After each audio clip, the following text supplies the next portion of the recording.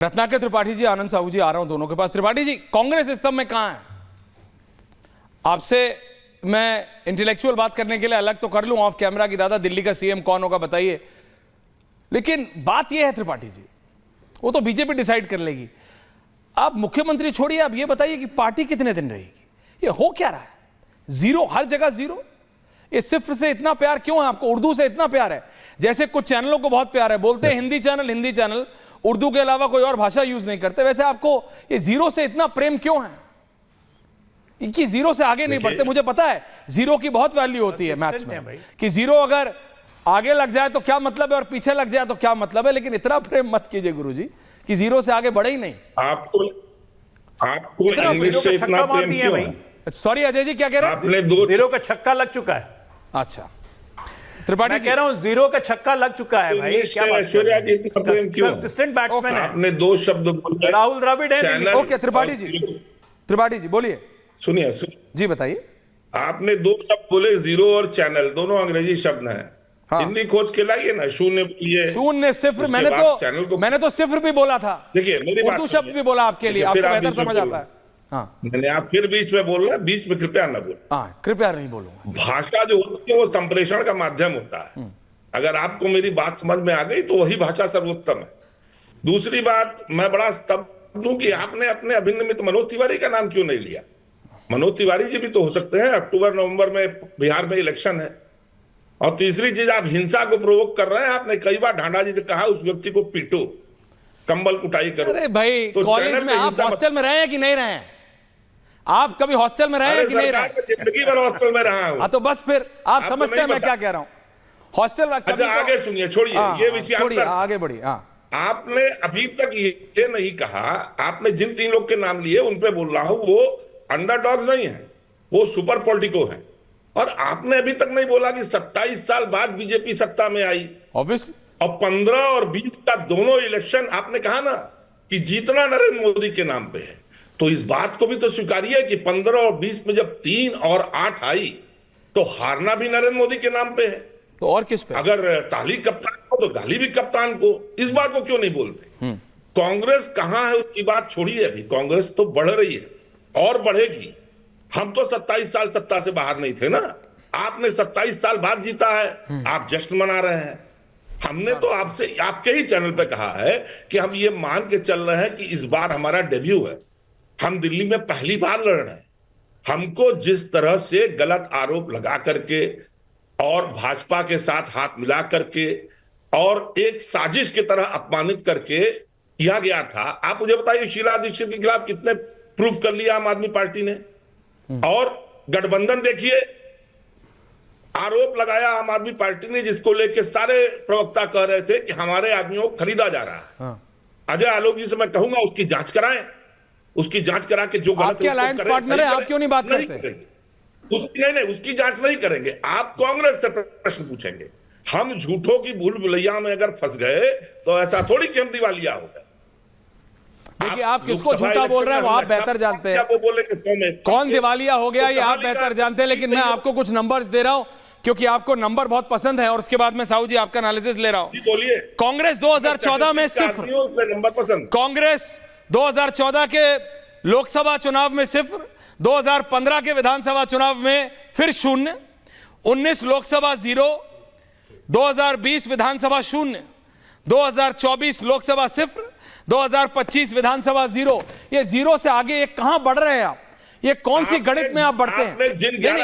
आप मेरी बात सुनिए। नहीं, आप मेरी बात सुनिए। ये जब तक आप देखिए, आम आदमी पार्टी वालों को तो ढूंढना है कि किसने वो घर बनाया। आपको मालूम है, रत्नाकर जी सुनिए, आम आदमी पार्टी वालों को तो आमने नेर में, अरे मैं बहुत सुनता हूं आपकी, आप जानते हैं, कैमरे के आगे भी पीछे भी। आप मेरी बात सुनिए, आम आदमी पार्टी वालों को ढूंढना है कि उनकी ये हालत किसने की।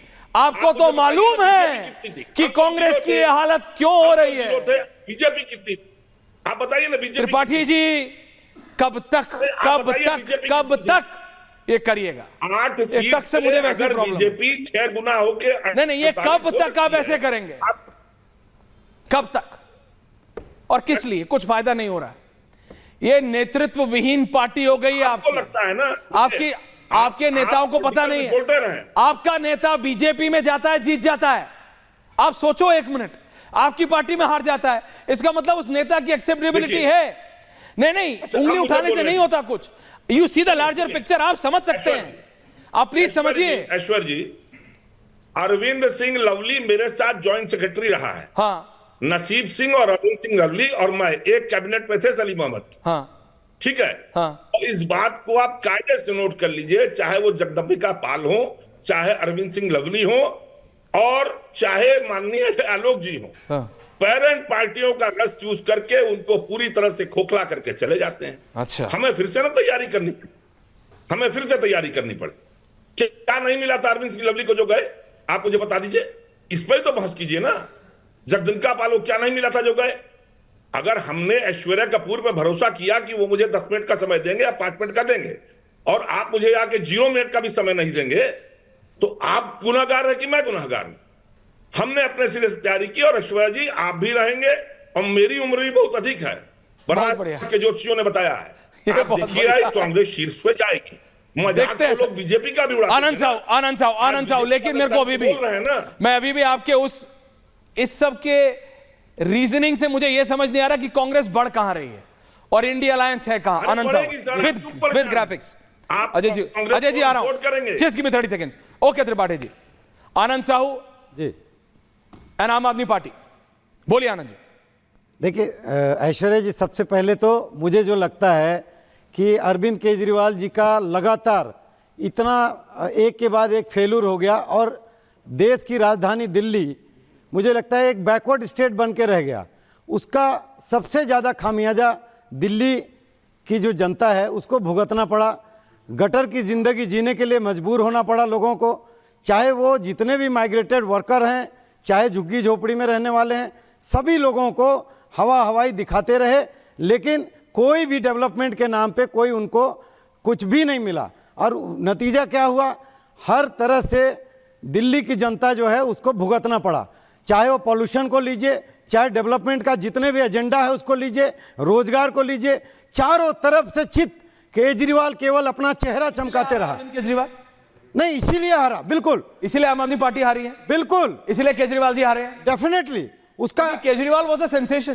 केजरीवाल ने तो ये भावना दी थी कि मैं तो आपका नेता हूं जी, इधर भी गलत उधर भी गलत, मैं कुछ ऐसा करूंगा जो इन सबको लाइन में लगा दूंगा, और वो खुद ही लाइन पे लग गए। डेफिनेटली अगर वो अच्छा काम करते आ रहा हूं राणा साहब से मुझे लगता है देश की राजनीति की धुरी बदल सकती थी, लेकिन वो तो खुद ही राज्य बदल की गए। बुरी हालत का जिम्मेदार अगर कोई होगा, अपना चेहरा, अपना मकान, अपना दुकान, कहने का मतलब सब कुछ अपना, और दिल्ली को रसातल में ले जाने का काम अगर किसी ने किया तो अरविंद केजरीवाल ने। उसका नतीजा पूरी पार्टी को भुगतनी पड़ी, जेल जाने के नौबत आए, भ्रष्टाचार का पूरा आलम रहा, और लगातार इन लोगों को केवल आपको लगता है केजरीवाल बाउंस बैक करेंगे? डांडा जी कह रहे बाउंस मुझे बैक होगा। कोई उम्मीद नहीं अपनी है। तुलना वो वाजपेयी जी से कर रहे हैं।